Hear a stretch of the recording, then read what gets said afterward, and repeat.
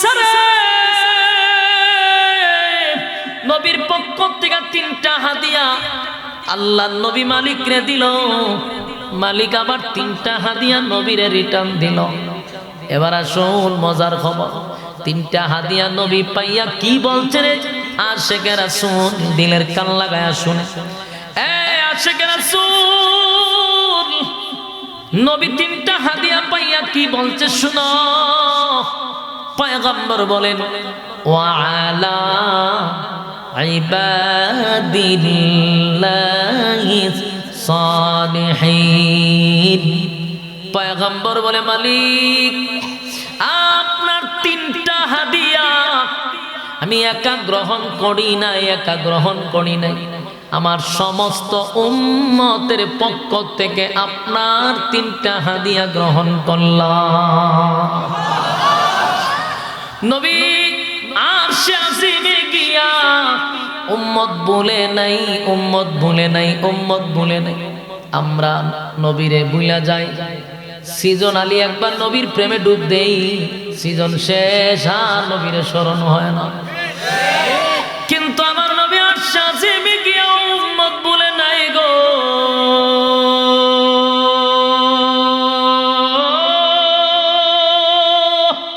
উম্মত ভুলে নাই, উম্মত ভুলে নাই, উম্মত ভুলে নাই। নবী উম্মত ভুলে নাই। ডাক দেয়া কয় মালিক আমার উম্মতের পক্ষ থেকে আপনি মালিকের হাদিয়া আমি গ্রহণ করলাম। আল্লাহ 3টা হাদিয়া দিল, নবী 3টা হাদিয়া দিল, আল্লাহ 3টা রিটার্ন দিল। বন্ধুর সাথে বন্ধুর আলাপ হলো, বন্ধুর সঙ্গে বন্ধু সাক্ষাৎ হলো, কথাবার্তা হলো, কথোপকথন হলো। এবার আল্লাহ বলেন জিবরাইল রে আমার বন্ধুরে 8টা জান্নাত দেখায়া দাও। এই আম্মা জান যতদিন দুনিয়াতে বেঁচে ছিল, আবু তালেব যতদিন বেঁচে ছিল, রাসূলের উপরে টাচ করার সাহস কারো ছিল না। একটা সময় আম্মা জান খাদিজাতুল কুবরা রাদিয়াল্লাহু তাআলা আনহা দুনিয়াতে বিদায় হয়ে গেল। আবু তালেব দুনিয়ার থেকে বিদায় হয়ে গেল। রাসূলের সবচেয়ে আপন লোক দুনিয়ার থেকে বিদায় হয়ে গেল। যারা রাসূলকে বিভিন্ন ভাবে টেগেল দিত তারা দুনিয়ার থেকে বিদায় হয়ে গেছে।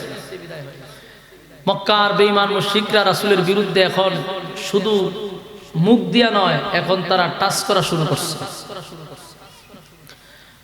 আল্লাহ রাসূলের দ্বীনের কাজে তারা বাধা দিতেছে এবং আঘাত করা শুরু করছে।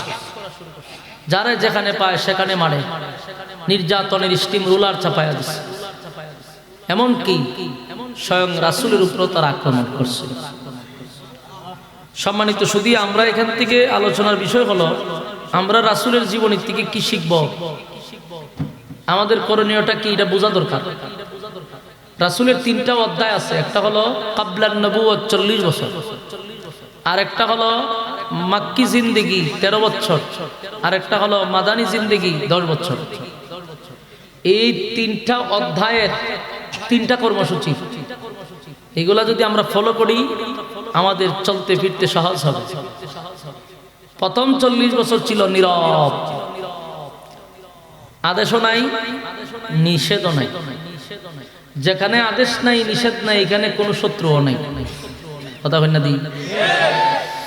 ভালো কাজে যখন আপনি আদেশ করবেন, অসৎ কাজে যখন নিষেধ করবেন, তো সমাজের কিছু অসৎ লোক আপনার বিরুদ্ধে দাঁড়ায় যাবে। কারণ আপনি যে ভালো কাজে আদেশ করতেছেন, কারণ ভালো কাজে আদেশ করলে অসৎ লোকগুলার তো সুবিধা বঞ্চিত। তারা চিন্তা করবে না এত ভালো মানুষ আমার দরকার না, এর বিরুদ্ধে দাঁড়াইতে, তখনই আপনার বিরুদ্ধে শুরু করে দিবে। এটা সব জায়গায়, এটা একেবারে পরিবার থেকে শুরু করে রাষ্ট্র পর্যন্ত সব জায়গায় ভালো মানুষের মূল্যায়ন নাই। যখন রাসূল আদেশও করে নাই নিষেধও করে নাই তখন রাসূলের কোনো শত্রু নাই। যখন আদেশ করা শুরু করলো, নিষেধ করা শুরু করলো, একদল রাসূলের বিরুদ্ধে দাঁড়ায় গেল। কারণ তারা ওপেন বোতল খাইতো, এখন বাধা। তারা ওপেন জানাবে বিচার করতো, এটা বাধা। তারা মানুষের উপরে নির্যাতন করত, জুলুম করত, বাধা। যখন তারা ব্যক্তিত্ব ধরে রাখার জন্য যা প্রয়োজন জুলুম নির্যাতন মানুষের উপরে সব করত, অনৈতিক যত ধরনের অপকর্ম আছে সব তারা চালায় দিত। কিন্তু আল্লাহ রাসূলের বিরুদ্ধে ভূমিকা নিলেন মক্কার সুপার পাওয়ার আবু জাহেল, তার নেতৃত্বে আবু লাহাব, উতবা উতাইবা যতগুলা নষ্ট ছিল সবগুলা রাসূলের বিরুদ্ধে দাঁড়াইলো যে এতদিন তো আমরা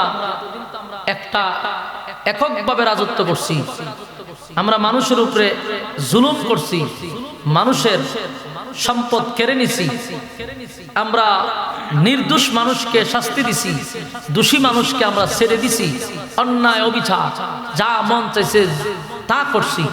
কিন্তু আব্দুল্লাহর পুত্র মুহাম্মদ আসার পরে সে আমাদেরকে এখন আদেশ করে, অসৎ কাজ থেকে আমাদেরকে নিষেধ করে, সৎ কাজে আদেশ করে, এটা তো মেনে নেওয়া যায় না। আবু জাহেলের বক্তব্য হলো, যদি মুহাম্মদের কথাই মেনে নেই তাহলে ওপেন বোতল খাওয়া যাবে না, দুর্নীতি করা যাবে না, সাদাবাজি করা যাবে না, ধর্ষণ করা যাবে না, মানুষের উপরে জুলুম করা যাবে না। এই অন্যায় কাজ থেকে আমাদেরকে বিরত রাখতে চায় মুহাম্মদ, তাই আমরা তার বিরুদ্ধে দাঁড়াচ্ছি। নাউজুবিল্লাহ। রাসূলের অপরাধটা বুঝছেন তো? আল্লাহ রাসূলের অপরাধ হলো অসৎ কাজে নিষেধ করা, সৎ কাজে আদেশ করা।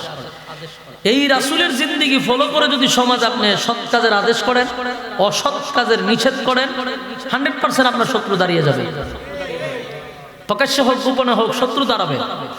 কারণ এই সমাজের মানুষ সৎ লোকগুলাকে মূল্যায়ন করে না, অসৎ লোকগুলারে প্রমোট করে এদেশের মানুষ, ঠিক না? সম্মানিত সুধী, যখন চতুর্দিকে থমথমি অবস্থা, ভয়াবহ পরিস্থিতি, যেখানে যায় সেখানে সাহাবায়ে কেরামদেরকে মারে, কালেমা পড়লেই মানুষের উপরে হামলা করে, নির্যাতন করে। একদিকে আম্মাজান খাদিজা চলে গেল, অন্যদিকে আবু তালেব চলে গেল। রাসূলের আপন বলতে এখন আর কেউ নাই। যারা ছিল তারা চলে গেছে, আর যারা আছে এরা বিরুদ্ধে।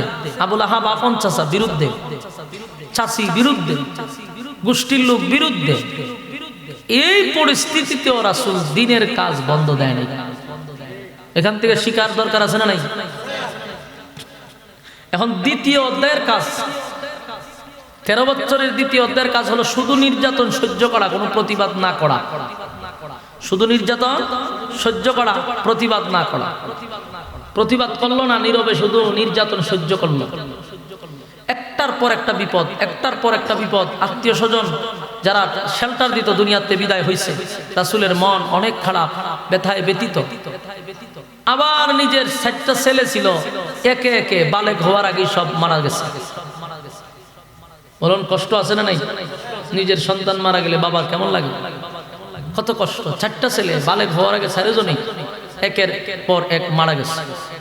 রাসূল নিজের হাতে গোসল করাইছে, কাপন পড়াইছে, দাফন করছে।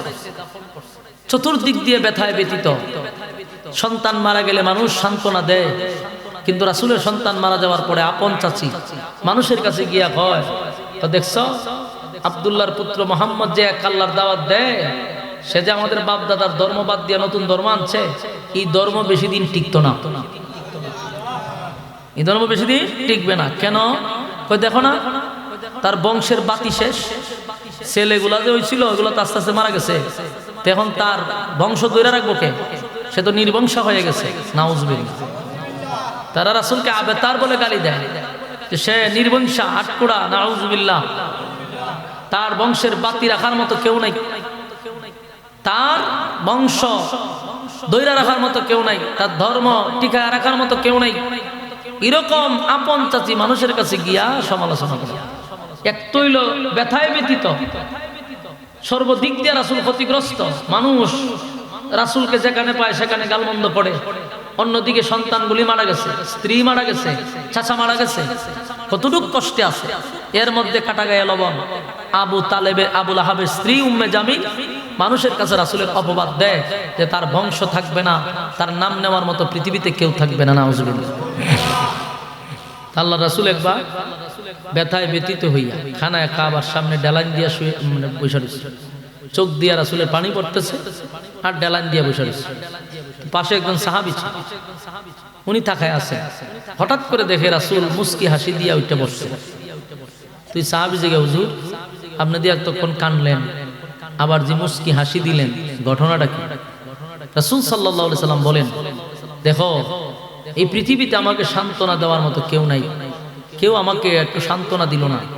আপন লোকগুলো আমার বিরোধিতা করলো, কিন্তু আমার আল্লাহ আমাকে সান্ত্বনা দেওয়ার জন্য খুশি করার জন্য আমাকে আল্লাহ এই মুহূর্তে একটা খুশির সংবাদ জানাইছে।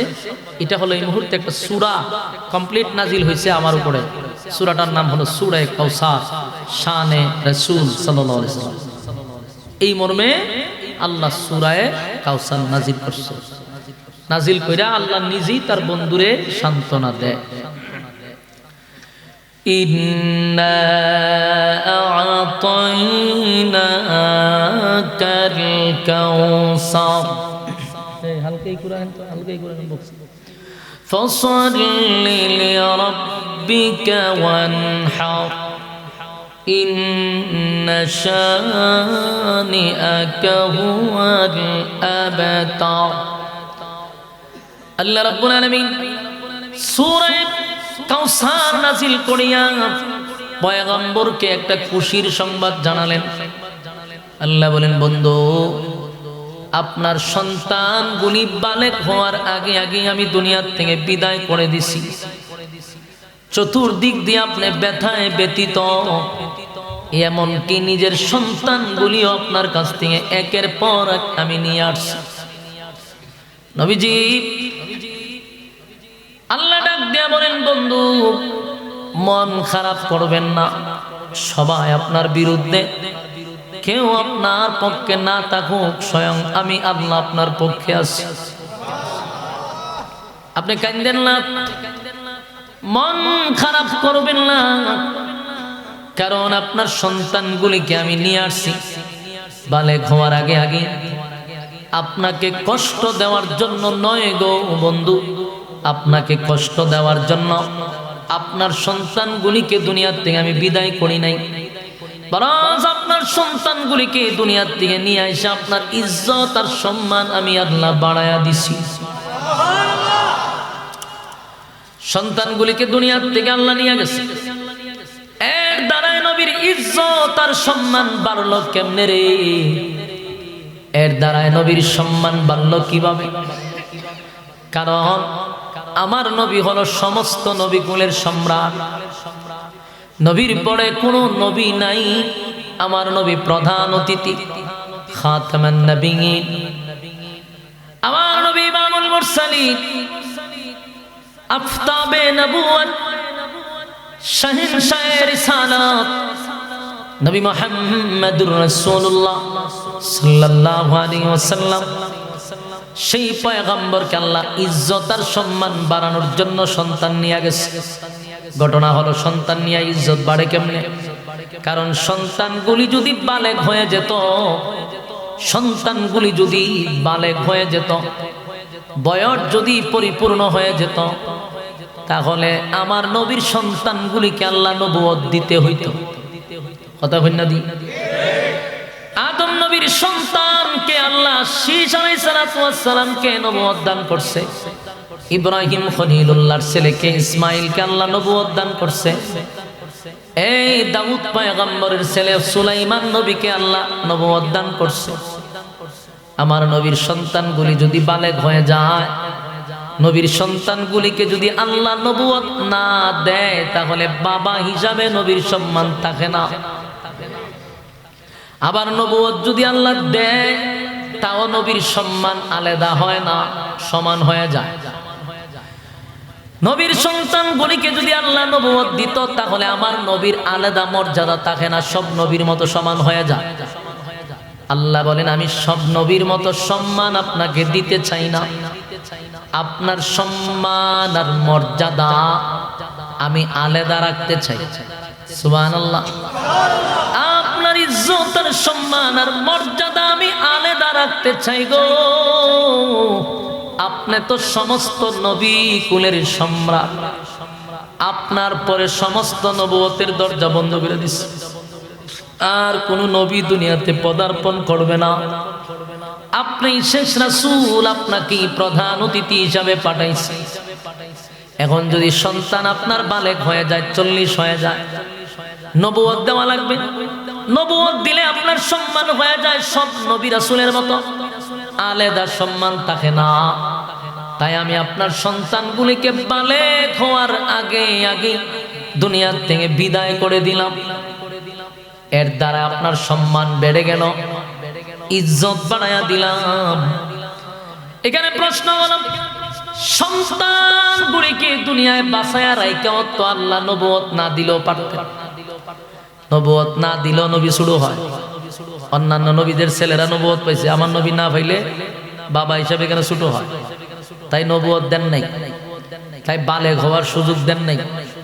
দুনিয়ার থেকে সন্তানগুলি বিদায় করে আমার নবীর এত ইজ্জত আর সম্মান বাড়ায়া দিল। এরপর আল্লাহ বলে, পয়গম্বর, সন্তান হারা একটা বেদনা আপনার ভিতরে আছে গো নবী। মনের মধ্যে সন্তান হারা কষ্ট বাবার থেকে যায়। ওগো নবীজি, আপনি বাবা হিসাবে মনের মধ্যে যে কষ্ট আমি আল্লাহ জানি, তাই আপনার সন্তান আমি বিদায় করছি 4 জন। দুনিয়ার থেকে উঠায় আনিছি 4 জন।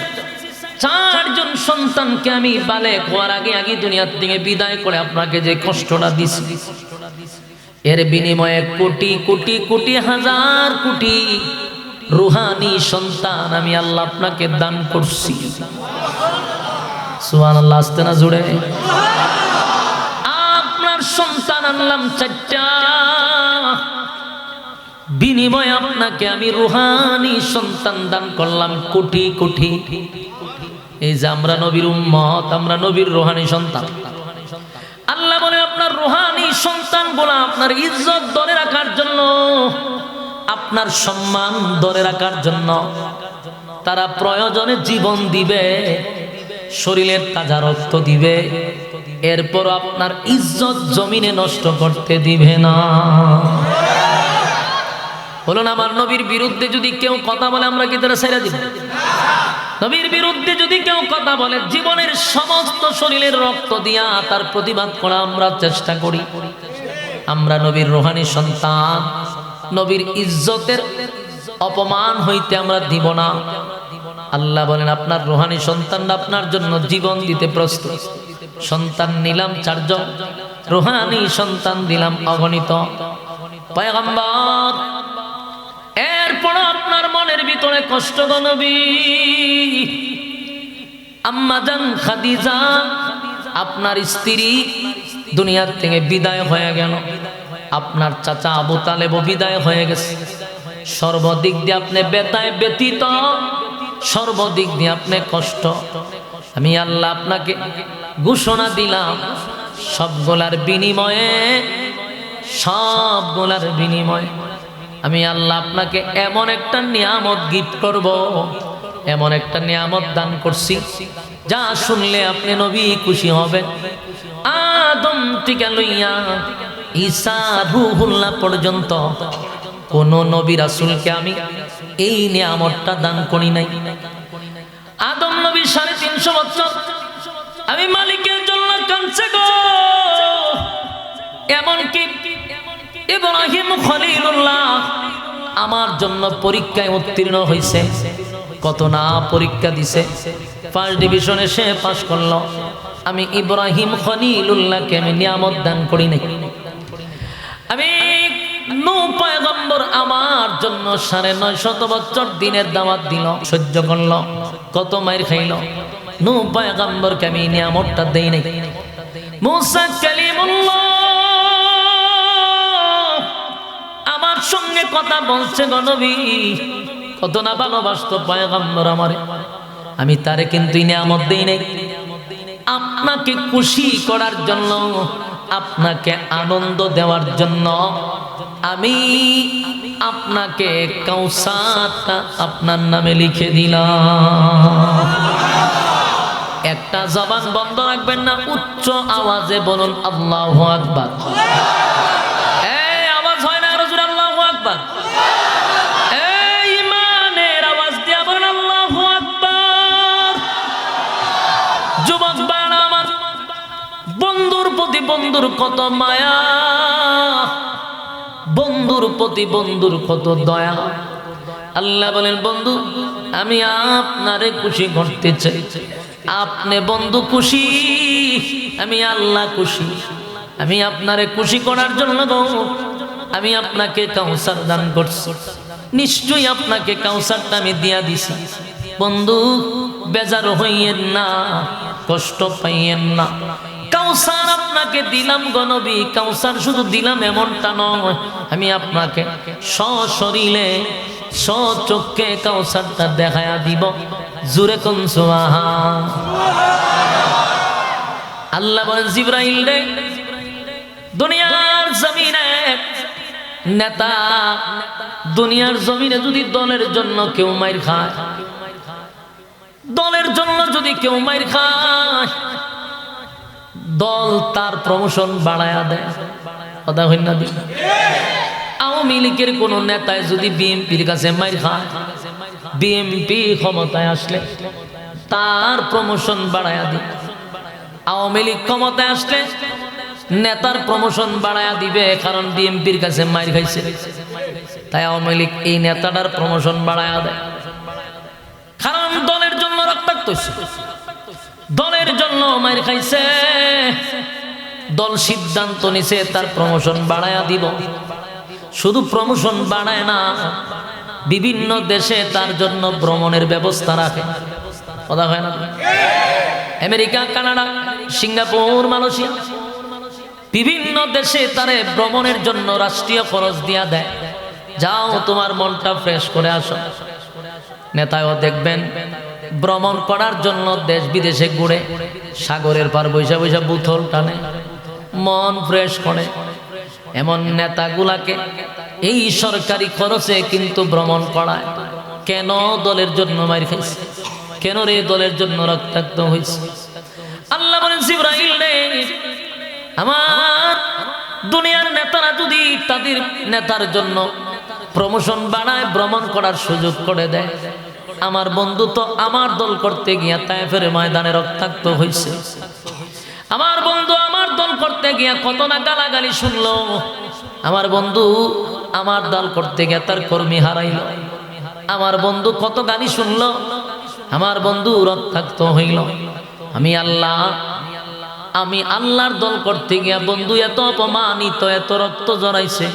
আমি আল্লাহ চাই আমার বন্ধুর প্রমোশন আমি বাড়ায়া দিব, বন্ধুর প্রমোশন আমি বাড়ায়া দিব। তাই আল্লাহ সিদ্ধান্ত নিল, জিবরাইল রে, আমার বন্ধুরে আমি প্রমোশন বাড়ায়া দিব।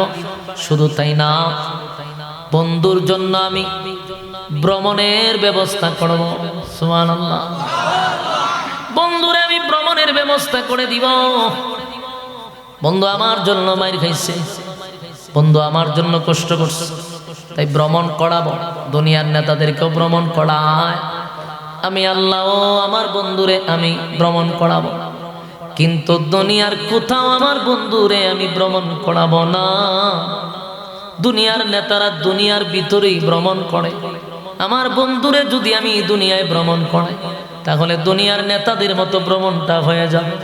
তাই আমি আল্লাহ দুনিয়া কোথাও আমার বন্ধুরে আমি ভ্রমণ করাবো না। বন্ধুর ভ্রমণটা থাকবে 7 আসমানের উপরে। আমি আমার বন্ধুরে ভ্রমণ করাবো। বন্ধুর মন ফ্রেশ করার জন্য 7 আসমান টপকাইয়া বন্ধুরে আমি আরশে আজিমে ইনভাইট করব। চিন্তা করেন, আমার মালিক আমার নবীরে কত সম্মান আর মর্যাদা দিচ্ছে। তাই আল্লাহ বলেন, সুবহানাল্লাযী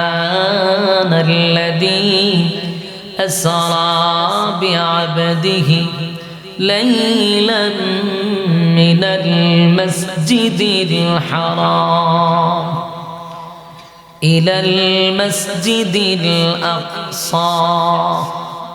আল্লাহ বলেন, পবিত্র সেই সত্তা যিনি তার বান্দাকে মসজিদে হারাম থেকে মসজিদে আকসা পর্যন্ত ভ্রমণ করাইছে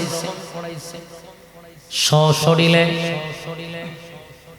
মসজিদে হারাম থেকে স্পেশাল প্রাইভেট কার দিয়া ফিলিস্তিনের সেই বাইতুল মুকাদ্দাসে নিয়ে গেলেন পয়গম্বরকে, স্পেশাল প্রাইভেট কার দিয়া। সুবহানাল্লাহ। সেখানে নেওয়ার পরে সমস্ত নবী রাসূল, দুনিয়াতে যত নবী রাসূলগণ আল্লাহ পাঠাইছে, সব নবী রাসূলগণকে এক জায়গায় জমা করছে। কইরা সেদিন আমার নবীরে ইমামতি দাঁড় করাইয়া সমস্ত নবী রাসূলগণকে পিছনে মুসল্লি বানাইয়া আমার নবী ইমামতি করছে। আমার নবীর ইমামতির পরে নবীর নামের পিছনে টাইটেল লেগে গেল ইমামুল মুরসালিন। সুবহানাল্লাহ। বলুন নবীর কে আল্লাহ দুনিয়ায় ভ্রমণ করাইছে না সাত আসমানে? প্রথম সম্মান হলো মসজিদে আকসা থেকে মসজিদে হারাম পর্যন্ত পয়গম্বরকে স্পেশাল একটা প্রাইভেট কার দিয়ে নিয়ে গেছে। সেখানে আমার নবীরে ইমাম বানাইছে। নবীর নামের উপাধি হয়ে গেল ইমামুল মুরসালিন। আমার নবীর সমস্ত নবী রাসূলগণের ইমাম। সেখানে ভ্রমণ করাইয়া পয়গম্বর বক্তব্য দিল। সমস্ত নবী রাসূলকে উদ্দেশ্য করে একটা সুন্দর বক্তব্য দিয়া পয়গম্বরকে আরেকটা স্পেশাল প্রাইভেট কারে উঠাইয়া আমার আল্লাহ আবার নিয়ে গেলেন প্রথম আসমানে, দ্বিতীয় আসমানে, তৃতীয় আসমানে, চতুর্থ আসমানে, পঞ্চম আসমানে, ষষ্ঠ আসমানে, সপ্তম আসমানে।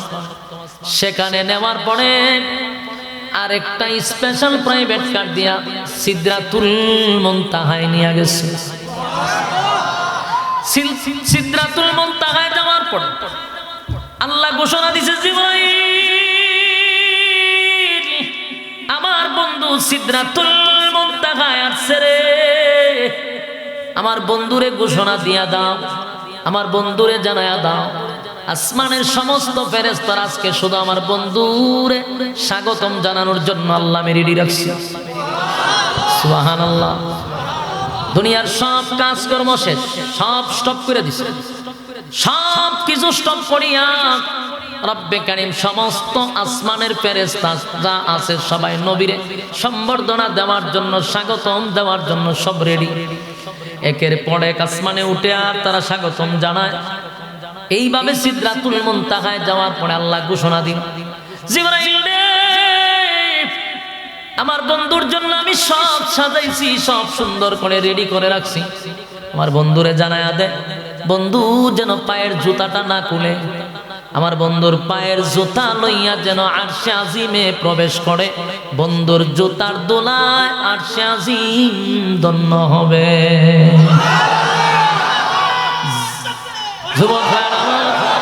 যুবক ভাইরা আমার, তাহলে এবার আসুন আল্লাহ রাব্বুল আলামিন পয়গম্বরকে কি পরিমাণ সম্মান আর মর্যাদা দিল। পয়গম্বরের জুতা লইয়া আরশে আজিমে যাওয়ার জন্য আমার আল্লাহ ইনভাইট করলো। অথচ মুসা আলাইহিস সালাতু ওয়াস সালাম সিনাই পর্বতে আল্লাহর সঙ্গে কথা বলতো। আল্লাহ জানায়া দিত, মুসা রে এই পাহাড়টা বড় পবিত্র, জুতা নিয়ে উঠবা না, জুতা খুলে উঠবা। দুনিয়ার জমিনে পাহাড়, দুনিয়াতেই মুসা নবীর জুতা নিয়ে পাহাড়ে উঠতে দিল না। আর আমার নবীর আল্লাহ বলে বন্ধু জুতা লই সিদরাতুল মুনতাহা থেকে আরশে আজিম পর্যন্ত আসবেন আপনার জুতা লইয়া গো। আপনার জুতার দোলায় আরশে আজিমটা ধন্য হয়ে যাবে। স্পেশাল আরেকটা প্রাইভেট কার দিয়া আল্লাহ রাব্বুল আলামিন সিদরাতুল মুনতাহা থেকে পয়গম্বরকে নিয়ে গেল আরশে আজিমে। সেখানে নবীরে নেওয়ার পরে পয়গম্বর যখন আরশে আজিমে চলে গেল, আরশে আজিম মানে এর উপর আর কোনো সৃষ্টি নাই। সুবহানাল্লাহ। আরশে আজিমের পরে কি নাই? কোনো সৃষ্টি নাই, এটাই সর্বোচ্চ। সেখানে আল্লাহ আরশে আজিমে পয়গম্বরকে ইনভাইট করছে। আল্লাহর পয়গম্বর যখন আরশে আজিমে গেল, আল্লাহ বলেন বন্ধু, বন্ধুর সঙ্গে বন্ধুর সাক্ষাৎ হয়ে গেল। বন্ধু আমি মেজবান, বন্ধু আপনি তো মেহমান। মেহমান মেজবানের বাড়িতে আসলে বন্ধু হাদিয়া লইয়া আসে। আপনি যে আমার বাড়িতে আসলেন মেহমান হইয়া, বন্ধু আমি আল্লাহর জন্য আপনি কি হাদিয়া নিয়ে আসলেন?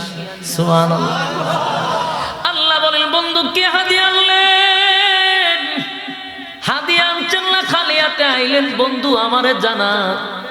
আল্লাহর নবী বলেন মালিক রে আমি সাত আসমান টপকাইয়া সিদরাতুল মুনতাহা টপকাইয়া আপনি আমার আরশে আজিমে আনছেন। বন্ধুর সঙ্গে বন্ধুর সাক্ষাৎ হইল। আমি এই খালি হাতে আসি নাই গো, আমি আপনি মালিকের জন্য হাদিয়া নিয়ে আসছি। আল্লাহর নবী বলেন আমি আপনার জন্য হাদিয়া নিয়ে আনছি, হাদিয়া আনছি, হাদিয়া আনছি। আল্লাহ বলেন বন্ধু কি হাদিয়া আনছেন? পয়গম্বর তখন বলে আত্তাহিয়াতু লিল্লাহি ওয়াস সালাওয়াতু ওয়াত তাইয়্যিবা। আল্লাহর নবী বলেন মালিক আমি খালি হাতে আসি না, আমি যে আপনি মালিকের জন্য হাদিয়া আনছি। কি হাদিয়া আনছেন গো নবী? আল্লাহর নবী বলেন আত্তাহিয়াতু লিল্লাহি ওয়াস সালাওয়াতু ওয়াত তাইয়্যিবা। মালিক আমার জবান দ্বারা যত ইবাদত আমি করছি, মালিক আমার শারীরিক দ্বারা যত ইবাদত আমি করছি, মালিক আমার অর্থের দ্বারা যত ইবাদত করছি,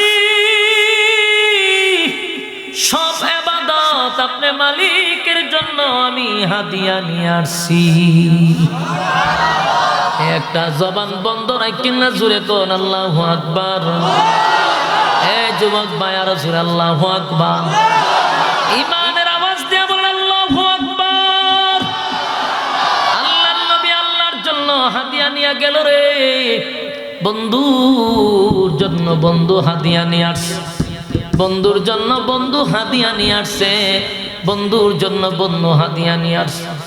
আল্লাহ হাদিয়া পাইছে, পাওয়ার পরে আবার আল্লাহ বলেন আসসালামু আলাইকা আইয়ুহান নাবিয়্যু ওয়া রাহমাতুল্লাহি ওয়া বারাকাতুহু। যুবক ভাইরা আমার, নবীর পক্ষ থেকে আল্লাহ হাদিয়া পাইছে কয়টা? দেখায় না তিনটা। জোরে কোন কয়টা? আওয়াজ দি কমছে ছেড়ে দিতাম। নবীর পক্ষ থেকে আল্লাহ হাদিয়া পাইলেন তিনটা। এক নাম্বার হলো শরীর দ্বারা যত ইবাদত করছে আপনার জন্য হাদিয়া, আমার জবান দ্বারা যত ইবাদত আপনার জন্য হাদিয়া, আমার আর্থিক দ্বারা যত ইবাদত আপনার জন্য হাদিয়া। তাহলে তিনটা হাদিয়া মালিকরে দিল, আমার মালিক আবার রিটার্ন নবীরে তিনটা হাদিয়া দিল। আসসালামু আলাইকা আইয়ুহান নাবিয়্যু ওয়া রাহমাতুল্লাহি ওয়া বারাকাতুহু। আল্লাহ বলে বন্ধু আপনি আমার তিনটা হাদিয়া দিলেন, আমি আল্লাহ আপনাকে রিটার্ন তিনটা হাদিয়া দিলাম। আসসালামু আলাইকা, আপনাকে সালাম দিলাম, আপনার উপরে শান্তি বর্ষিত হোক, আপনার উপরে রহমত বর্ষিত হোক, আপনার উপরে রহমত বরকত বর্ষিত হোক। সুবহানাল্লাহ। আল্লাহ তিনটা হাদিয়া নবীর রিটার্ন দিছে রে। নবীর পক্ষ থেকে তিনটা হাদিয়া আল্লাহ নবী মালিকরে দিল, মালিক আবার তিনটা হাদিয়া নবীরে রিটার্ন দিল। এবার আসুন মজার খবর, তিনটা হাদিয়া নবী পাইয়া কি বলছে রে আশিকের রাসূল? দিলের কান লাগায়া শুনে। আশিকের রাসূল নবী তিনটা হাদিয়া পাইয়া কি বলছে শুনো। পয়গম্বর বলেন ওয়া আলা ইবাদিল্লাহিস সালিহিন। পয়গম্বর বলে মালিক আপনার তিনটা হাদিয়া আমি একা গ্রহণ করি নাই, একা গ্রহণ করি নাই, আমার সমস্ত উম্মতের পক্ষ থেকে আপনার তিনটা হাদিয়া গ্রহণ করলাম। নবী আরশে আজিমে গিয়া উম্মত বলে নাই, উম্মত বলে নাই, উম্মত বলে নাই। আমরা নবীরে ভুলা যাই। সিজন আলী একবার নবীর প্রেমে ডুব দেই, সিজন শেষ আর নবীরে স্মরণ হয় না। কিন্তু আমার নবী আরশে আজিমে গিয়া উম্মত বলে নাই গো।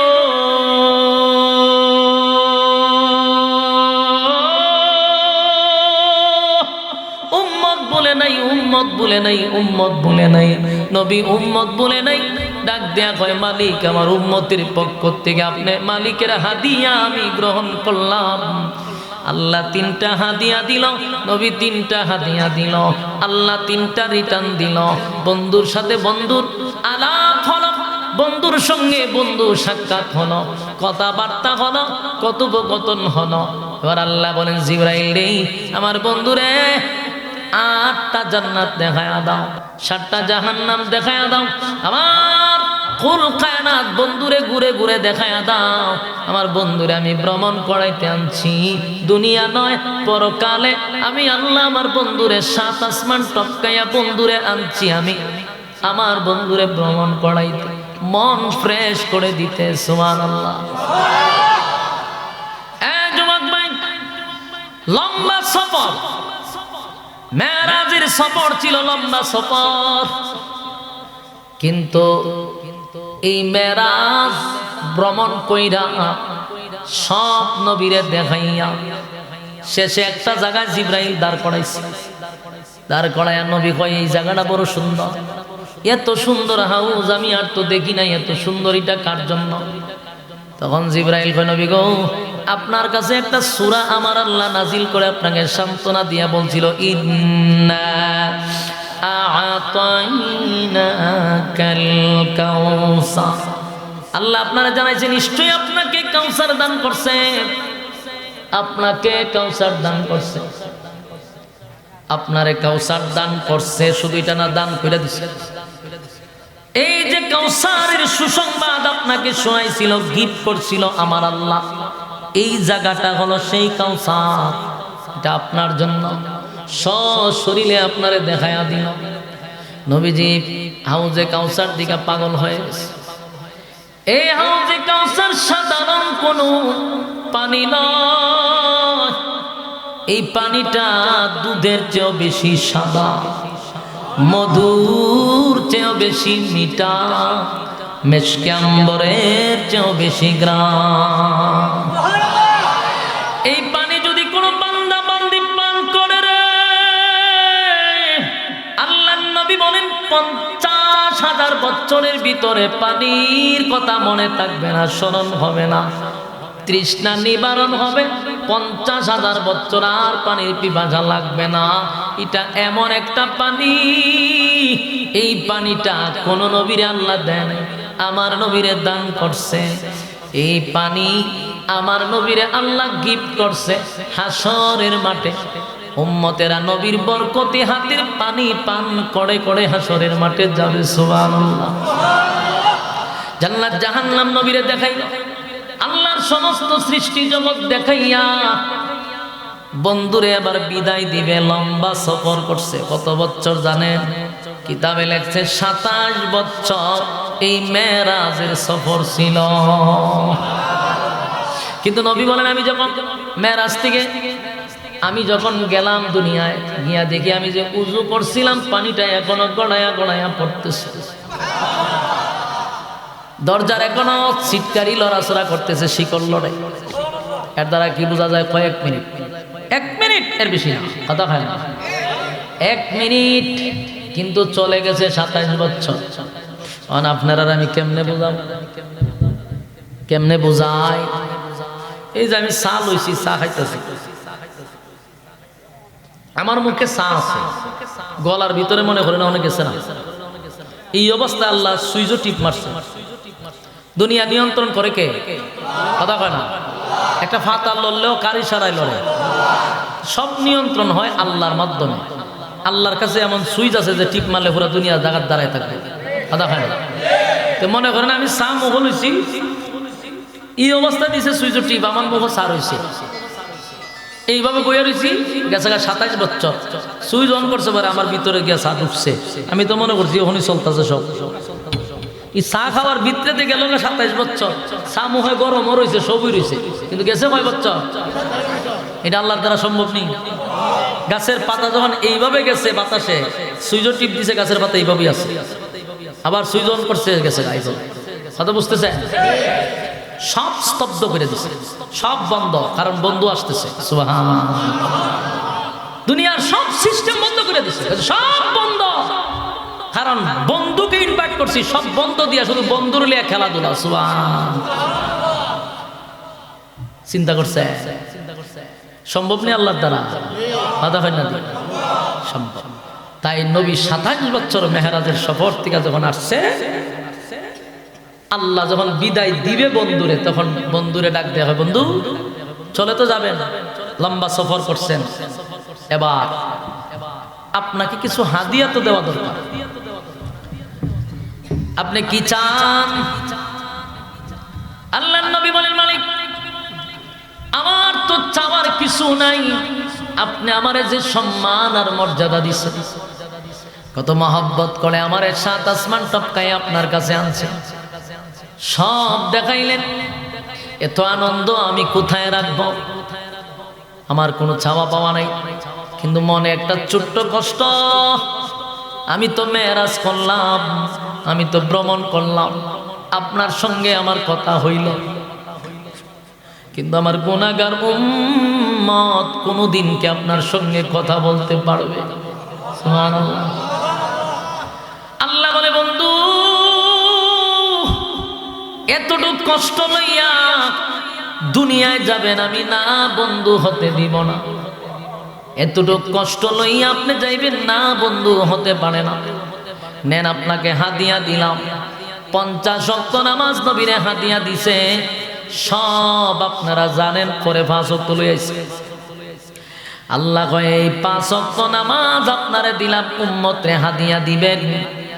আপনার সঙ্গে মেরাজ হইছে 7 আসমান টপকাইয়া, আর আপনার উম্মতের সঙ্গে মেরাজ হবে আমার দুনিয়ায় 5 ওয়াক্ত নামাজে 5 বার।